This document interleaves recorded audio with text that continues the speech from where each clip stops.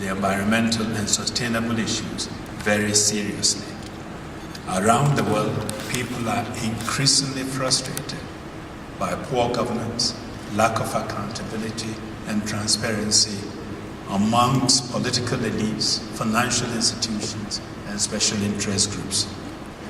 But you as individuals can do something about it. As individuals and as groups, you have power, but we often do not realize it.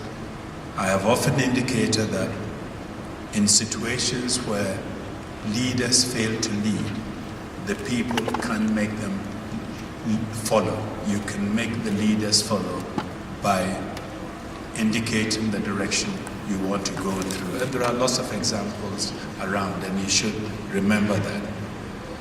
We have many challenges apart from the economic and environmental ones that we've talked about. There's also a question of transnational crime, question of drugs, terrorism, religious extremism.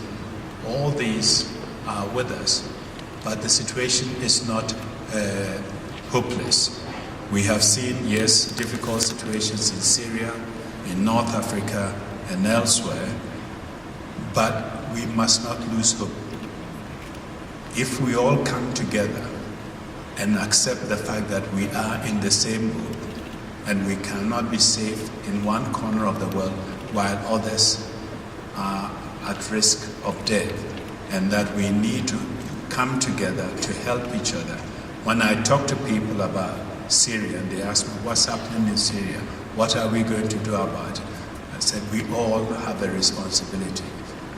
As an international community, through the UN, the neighboring countries, and people who are concerned about the nightmare that is going on there will all have to come together to deal with it. We are living in a world where the kinds of problems we are confronted with are problems that no one country can handle alone, whether it's in internationally organized crime, terrorism, wars between nations or within nations.